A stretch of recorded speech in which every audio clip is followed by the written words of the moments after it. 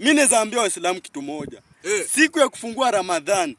Mkiona Ruto mfukuze. Mfukuze huyo jamaa. Mfukuze. Mwambie aende. Mwambie aende. Ruto hajafunga. Hajafunga. Kasongo hajafunga. Bwana Akasia Kasongo au Akasungura. Wakasungura hajafunga. Uliona lilarua chapati.